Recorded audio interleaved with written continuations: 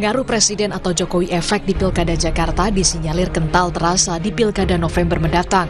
Apalagi setelah Sekretaris Jenderal Partai Keadilan Sejahtera Abu Bakar Al-Habsyi mengungkap pernyataan mengejutkan saat ditanya wartawan soal ada tidaknya cawe-cawe presiden di Pilkada Jakarta. Sekjen PKS itu menyebut cawe-cawe presiden sudah biasa, bahkan mulai dari pemilihan presiden lalu. Abu Bakar juga menyebut Presiden Jokowi menyodorkan nama putra bungsunya, Kaesang Pangarep, mendampingi Ridwan Kamil di Pilgub Jakarta. Mungkin soal isu cawe-cawe Pak Jokowi di pilkada ini kan sudah biasa ada cawe-cawe mulai dari presiden sampai mana. Khawatir biasa. Jadi nggak ada masalah, biar aja. Karena nanti kalau misalnya Pak Jokowi nyodorin Kaesang jadi wakilnya RK misalnya. Sudah nyodorkan. Sudah nyodorkan. Ya, kita lihat saja. Itu nyodorkan ke PKS atau gimana, Bib?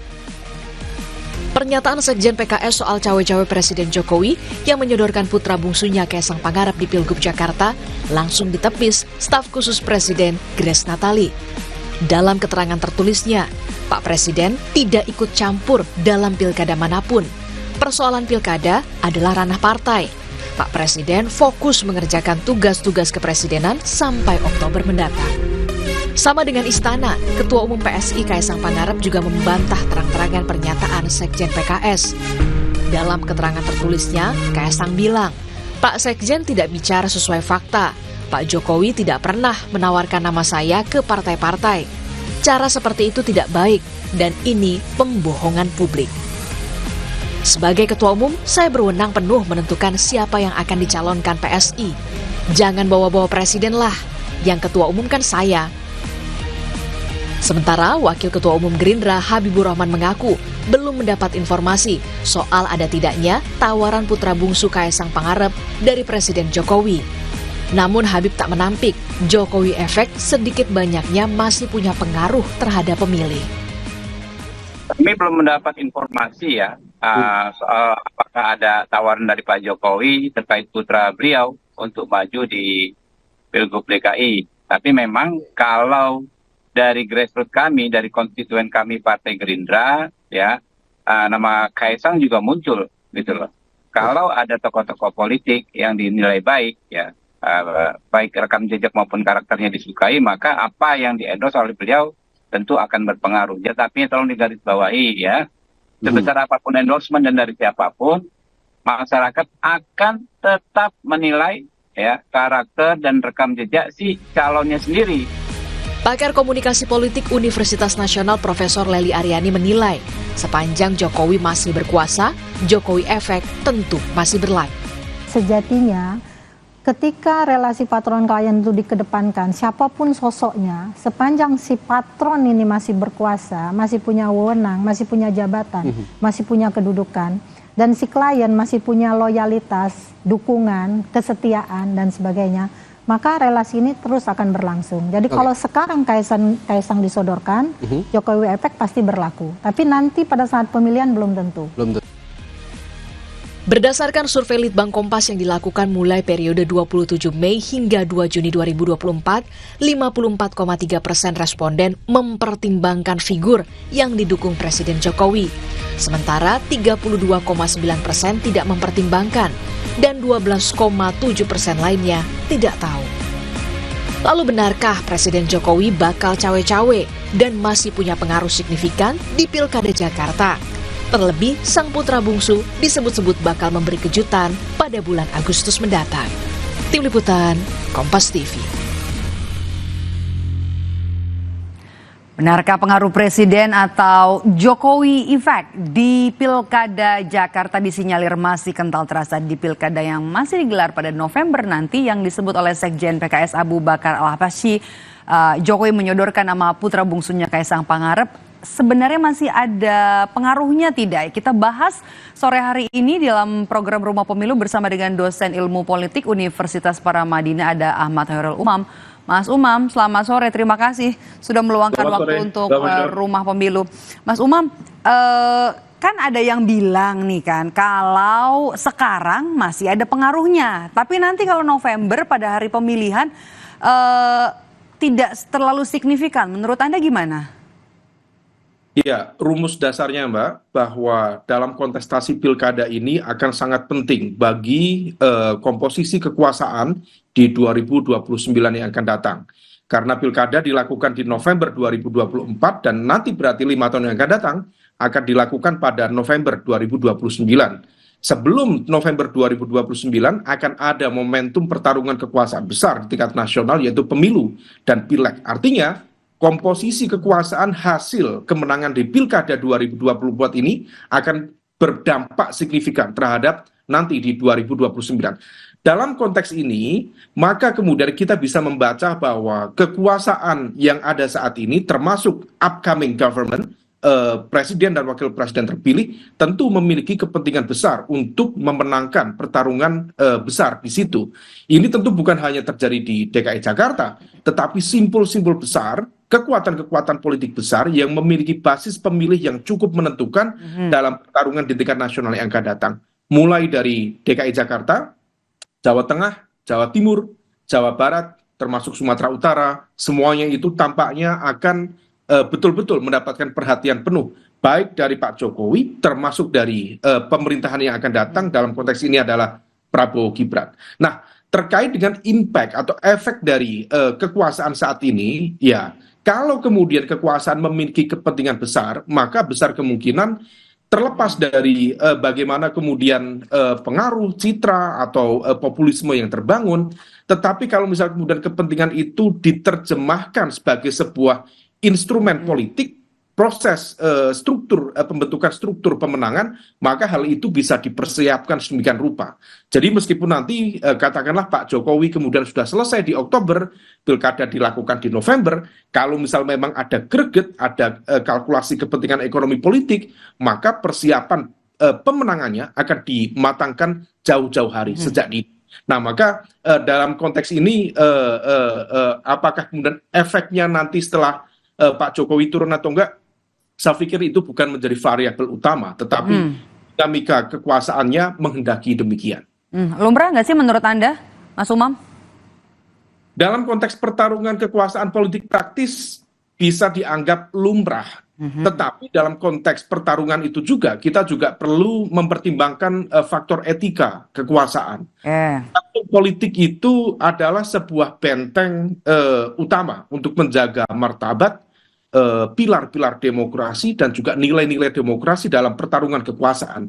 Karena kalau misal kemudian tanpa fatsun politik, tanpa etika politik, pertarungan kekuasaan itu hanya akan menjadi arena bagi pertarungan ambisi pribadi dan kelompok tertentu. Tetapi kalau misal kemudian fatsun politik, etika politik, meskipun secara legal formal, administratif prosedural dianggap memenuhi, tetapi bisa saja itu kemudian seolah kemudian dibajak hanya demi kelompok kepentingan elit tertentu. Nah, ini yang membedakan mana lumrah dalam konteks pertarungan politik praktis, mana keabsahan dalam konteks legal formal, mana yang kemudian dalam konteks etik yang kemudian berkorelasi dengan kepentingan publik bisa kita pertimbangkan sebagai sebuah hal yang itulah politik adiluhung yang sesungguhnya.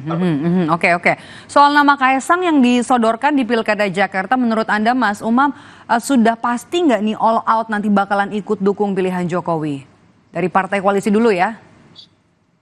Ya, tentu kita harus hitung betul apakah kemudian narasi mengajukan Kaisang itu hanya untuk menghidupkan suasana, ataukah memang akan dilakukan. Kalau indikasinya tampaknya memang menguat, setidaknya operasi, let's say dalam tanda kutip operasi kekuasaan untuk mengamankan jalur prosedural administratif terkait dengan persyaratan sebagai cagup atau cawagup sudah dilakukan melalui penerbitan keputusan Mahkamah Agung kemarin.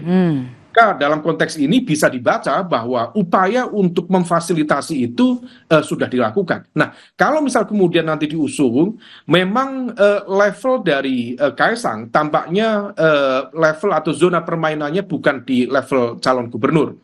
Tentu kalau misal Kaisang diletakkan dalam pertarungan calon gubernur, resistensinya akan jauh lebih besar dan dalam konteks pertarungan politik akan menjadi kontraproduktif. Tetapi dengan memasukkan dia dan juga Kaisang tentu PSI memiliki bekal yang ya cukup memadai. Di level DKI dia memiliki 7% suara atau sekitar 4 kursi. Barangkali itu bisa di-exercise sebagai sebuah bekal politik yang cukup memadai untuk pertarungan selanjutnya. Nah, kalau misal kemudian itu bisa dilakukan, maka tentu ada faktor-faktor yang berkelindan lainnya, bahwa dia adalah anak presiden, dia adalah adik dari wakil presiden terpilih, dan oposisi kalau misal nanti besar kemungkinan kalau misal kemudian Koalisi Indonesia Maju mengusung nama yang dianggap memiliki kekuatan yang cukup sepadan dengan Anies Baswedan misalnya, let's say seperti Ridwan Kamil, maka besar kemungkinan Kaisang akan dilekatkan kepada dengan Ridwan Kamil ya. Nah, kalau misal kemudian itu yang diajukan komposisinya, biasanya ini pengalaman dari pelajaran sebelum-sebelumnya, biasanya pihak-pihak di lingkaran terdekatnya akan lebih all out dan melakukan segala cara at all cost untuk memenangkan itu. Kalau anaknya didukung, biasanya orang tuanya jauh lebih serius untuk melakukan memastikan kemenangan. Biasa. Oke ya, oke, bakal all out ya. Tapi kalau misalnya untuk nama Kaisang sendiri nih ya, Mas Umam, peluangnya gimana sih nanti kalau disandingkan dengan seorang Ridwan Kamil? Kaisang ini bakal menguatkan elektoral atau sebenarnya bakal sebaliknya menggerus elektoral atau elektabilitas seorang Ridwan Kamil? Ya, tentu masing-masing tentu memiliki plus minus, karena bagaimanapun juga RK salah satu politisi yang memiliki kapasitas komunikasi politik yang cukup memadai, terutama dalam konteks menjangkau kelompok muda. Dan tentu ini saling menguatkan kalau misal kemudian Kaisang, apalagi PSI misalnya, kemudian sering menggunakan jargon partainya anak muda, tentu berkelindan di sana.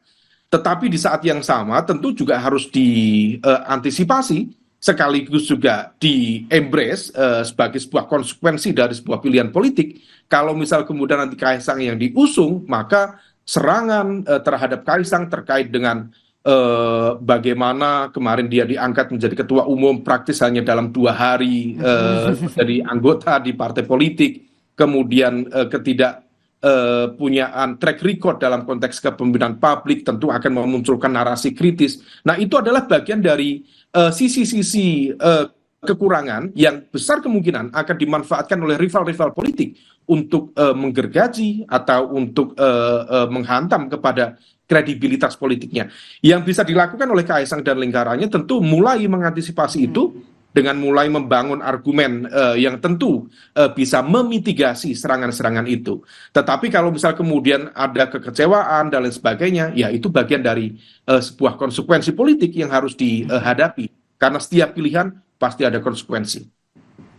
Oke, ini jadi semacam jalan mulus ya dalam rekam jejak atau catatan jejak karir seorang Kaisang Pangarep di kancah politik. Tapi kalau misalnya memang benar nih ya, RK Kaisang betul nanti dimajukan oleh Koalisi Indonesia Maju, Anda melihat bagaimana nasib Anies Baswedan? Berpengaruh nggak nanti suaranya dipecah?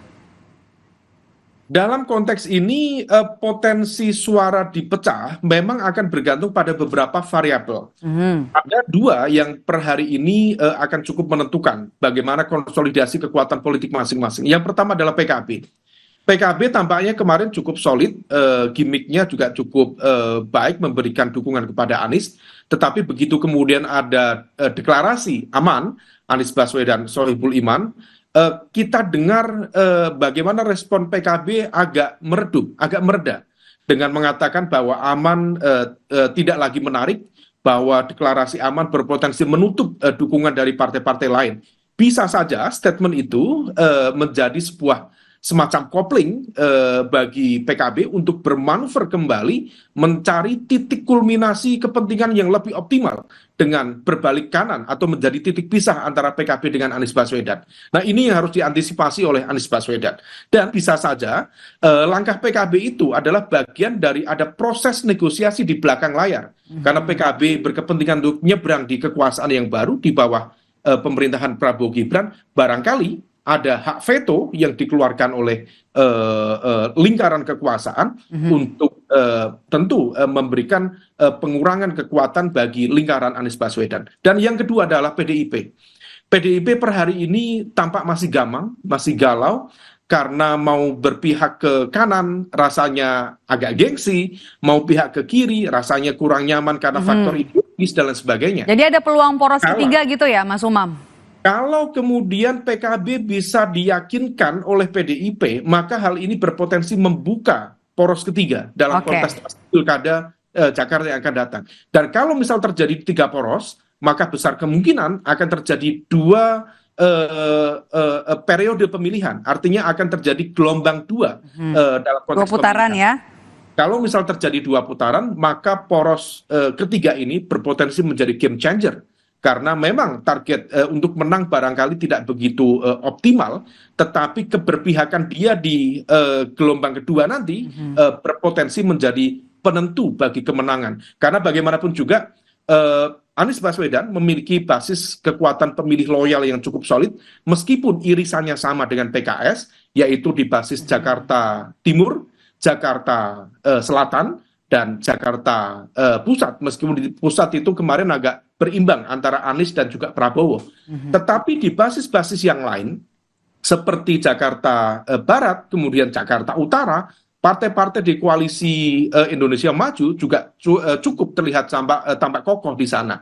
Nah, ini yang harus dihitung betul kalau misal kemudian masing-masing pihak bisa meyakinkan basis konsolidasi kekuatan politiknya, tentu potensi kemenangan lebih besar. Tetapi kalau tidak cepat untuk mengantisipasi, bisa saja partikel-partikel lepas tadi itu, let's say seperti PKB atau bahkan PDIP yang masih gamang, bisa digarap oleh elemen yang lain dan membentuk satu partikel baru bernama poros ketiga dalam pilkada yang datang. Baik, PKS menyebut Jokowi cawe-cawe di dalam pilkada Jakarta untuk menyodorkan nama putra bungsunya Gibran Rakabuming Kaisang Pangarep di pilkada Jakarta untuk maju di pilkada serentak 2024. Kita tunggu karena PKS juga belum buka suara, dan apakah memang juga nanti benar, kita tunggu, masih ada kejutan-kejutannya jelang nanti masa pendaftaran pada bulan Agustus. Tidak lama lagi, kurang dari 2 bulan. Terima kasih sudah bergabung bersama kami, Mas Umam. Sehat selalu, Mas Umam. Terima kasih, Mbak Mairo. Dan usai jeda, saudara, kami kembali dengan informasi Partai Amanat Nasional menyiapkan mantan Wali Kota Bogor Bima Arya dan juga anggota DPR